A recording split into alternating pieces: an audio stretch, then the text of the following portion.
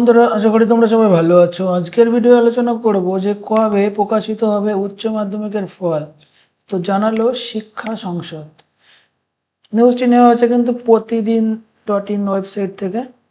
তো এখানে কি বলেছে দেখো, উচ্চ মাধ্যমিকের প্রথম পর্যায়ের প্রথম দিনের পরীক্ষা নির্বিঘ্নে শেষ হলো। এবার থেকে দুটি পর্যায়ে উচ্চ মাধ্যমিক পরীক্ষা হবে। তো দ্বিতীয় পর্যায়ের পরীক্ষা 2026 সালের মার্চ মাসে হবে। সোমবার ছিল প্রথম ভাষার পরীক্ষা। তো প্রশ্নপত্র নিয়ে কোনো অভিযোগ পরীক্ষার্থীদের কাছ থেকে পাওয়া যায়নি। উচ্চ মাধ্যমিকের প্রথম পর্যায়ে পরীক্ষার ফল আগামী 31শে অক্টোবরের মধ্যেই প্রকাশিত করা হবে এবং ফল প্রকাশের 72 ঘন্টা পরও ওএমআর আপলোড করা হবে বলে এদিন উচ্চ মাধ্যমিক শিক্ষা সংসদের সভাপতি চিরঞ্জীব ভট্টাচার্য জানিয়েছেন। তো এবার কিন্তু 31শে অক্টোবর মধ্যে ফল প্রকাশের পরে যেদিন রেজাল্ট দেবে তার ঠিক 72 ঘন্টার মধ্যে কিন্তু ওএমআরও আপলোড করে দেওয়া হবে।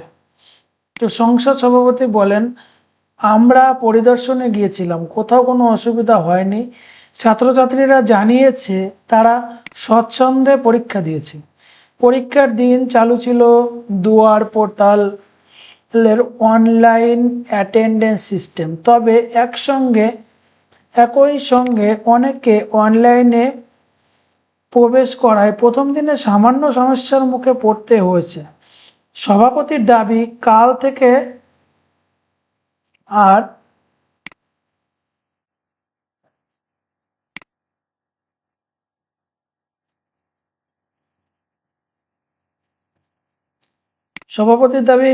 থেকে আর সমস্যা হবে না।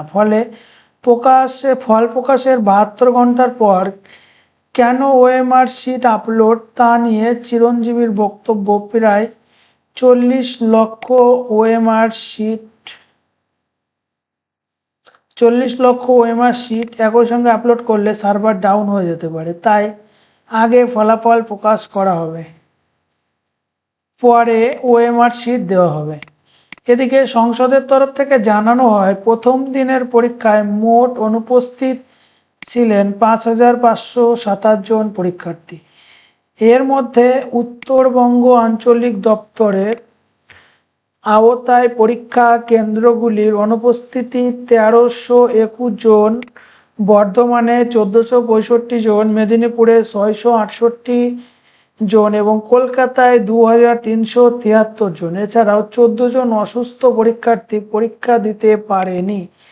তবে 497 জন বিশেষভাবে সক্ষম পরীক্ষার্থী পরীক্ষা দিয়েছেন। কোথাও ইলেকট্রনিক্স গ্যাজেট নিয়ে ধরা পড়েনি কেউ। সংসদ সভাপতির দাবি, প্রথম দিনের পরীক্ষার সার্বিক ছবি ইতিবাচক। তবে পরীক্ষা কেন্দ্র পরিদর্শনে গিয়ে অভিভাবকদের ক্ষোভের মুখে পড়তে হয়েছে তাকে। অভিযোগ, 3 মাস ধরে বই পাননি বহু ছাত্রছাত্রী। যদিও সংসদ সভাপতির জবাব, 3 মাস নয়, 1 মাস দেরি হয়েছিল। যে বিষয়টির বই দেরি হয়েছে সেটির পাঠ ভিডিও টিউটোরিয়াল আকারে ইউটিউব চ্যানেলে দেওয়া হয়েছে। ফলে ছাত্রছাত্রীদের সমস্যা হওয়ার কথা নয়। উচ্চ মাধ্যমিক পরীক্ষার নতুন ধাঁচে প্রথম দিন সফলভাবে শেষ হলেও সামনে আরও কয়েকটি বিষয় নিয়ে সংসদকে ভাবতে হবে বলে মনে করছেন শিক্ষকরা।